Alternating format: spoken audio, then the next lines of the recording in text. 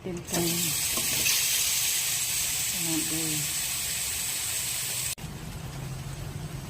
ang bango ng sili, oh. Ito yung balunan. Sunod na rin natin yung konting manok. At yung pinakahuli, atay.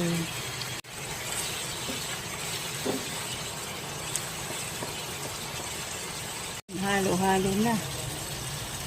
Lagyan natin ng konting patis niya ng palasang paminta. Yung garlic powder.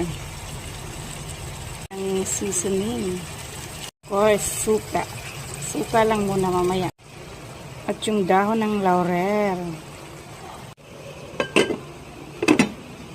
Toyo na pinakasangkap ng adobo. Kita nyo ba?